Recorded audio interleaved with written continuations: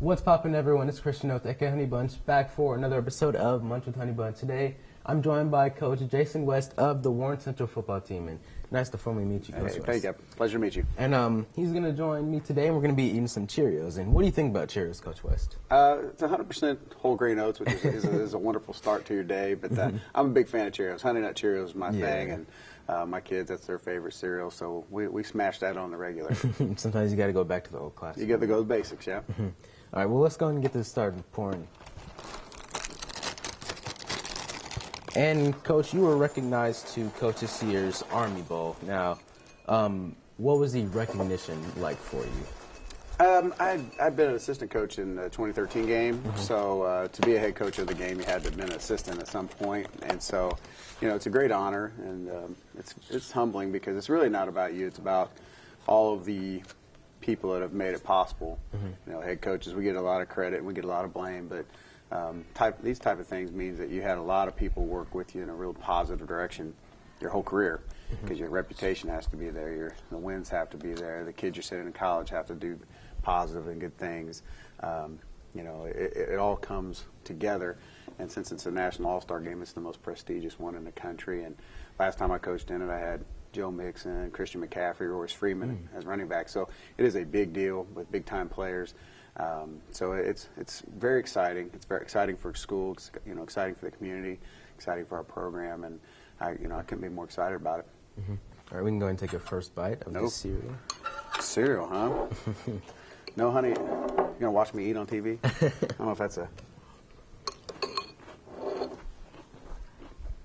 still good. I'm a sugar man. I loaded up when I was a kid. I had a lot of cavities, so I think this is a Cheerios fault. I still have one that I need to get filled, but you get busy. where were you where were you when you found out about the news? Actually, I got a call from Shannon Furbrush. He actually played here, and is one of the I don't know, call him big dogs at Adidas, who pretty much runs the game and does that part of Adidas. And what he does is amazing. He's done for this community, the Adidas deal that we get for our entire school. But Shannon called and said, hey, would you like to be the head coach? I'm like, well, heck yeah. I mean, first of all, anything for him, because he does so much for our school and our community and so many schools in Indiana and across the country.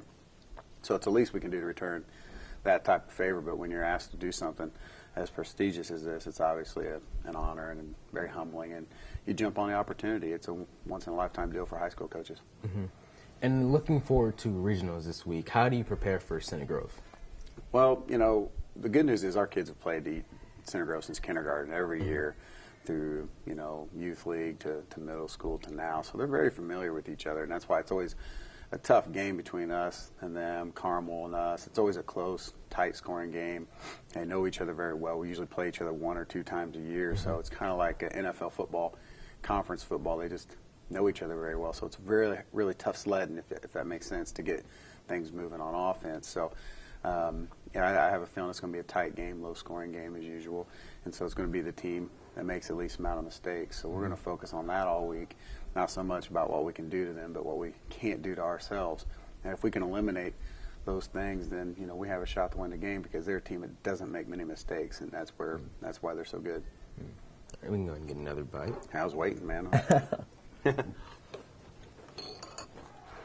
And how has the team grown since week 1 of the season?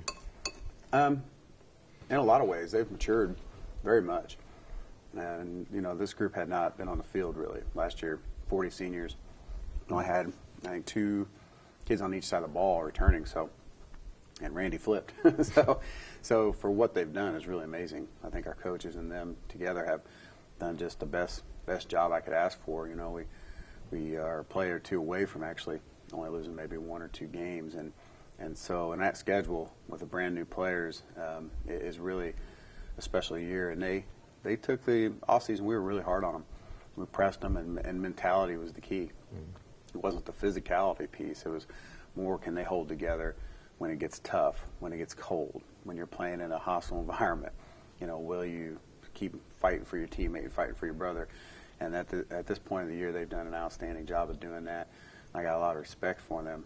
As their coach, I got to still pound them and keep being hard on them and pushing. But the thing is, they don't really know how we really feel about them because we don't have time to sit down and talk about that stuff. But in these realms, we do, and that's when I'm most proud because you get to see your product of what you put on the field, and what they put on the field is really been really good stuff.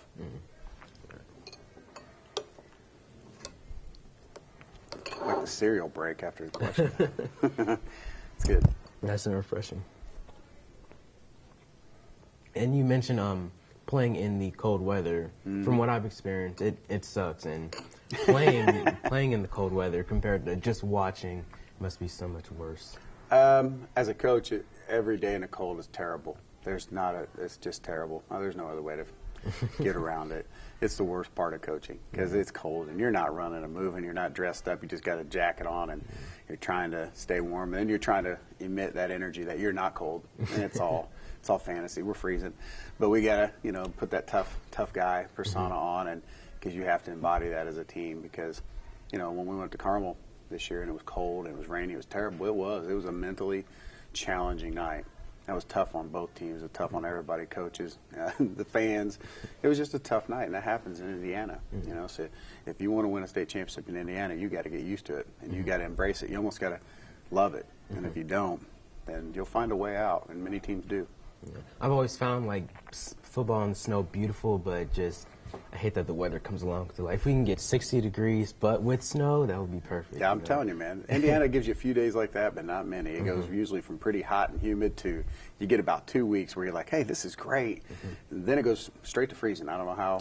We feel like we skip a step every year, but it seems to be true like that. But it's okay. The boys enjoy the environment.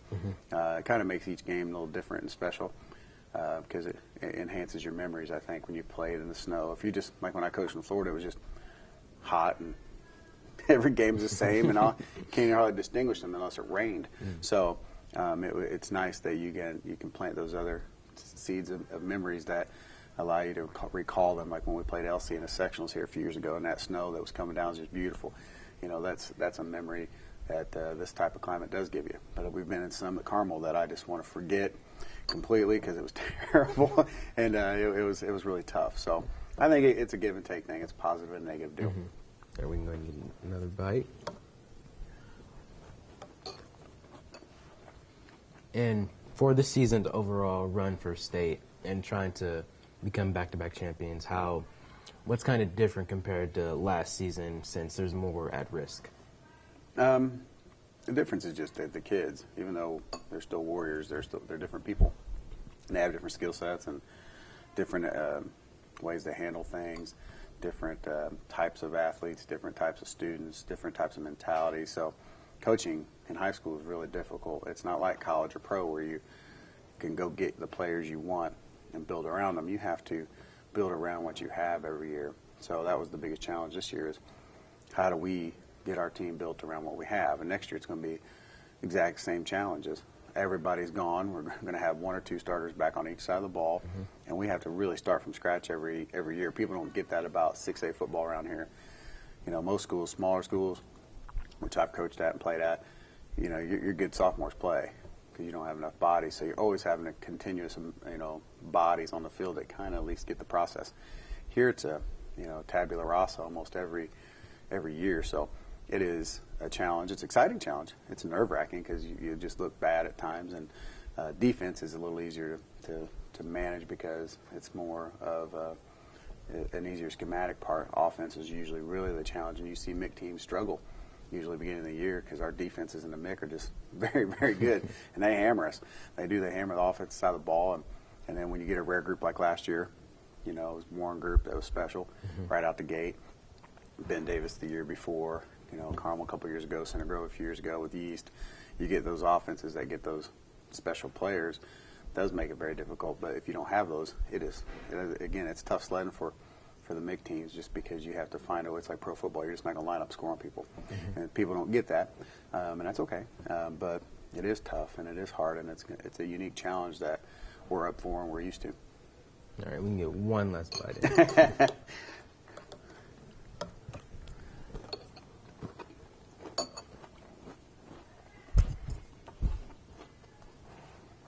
And here's our stinger, which is our last question. What's the most important thing you've learned throughout all of your years as a coach? That it's a learning process that in 10 years I'm going to look back and think I didn't even know anything today, because if you're not growing, you're dying in this game. You really are. And so you have to continue to get better. You can't rest on what you've done. And, if we continue to do that, then I'll always like our chances. The day we stop doing that is when I'll know it's time for me to be done, or time for new leadership direction, because it's that important to the process. All right.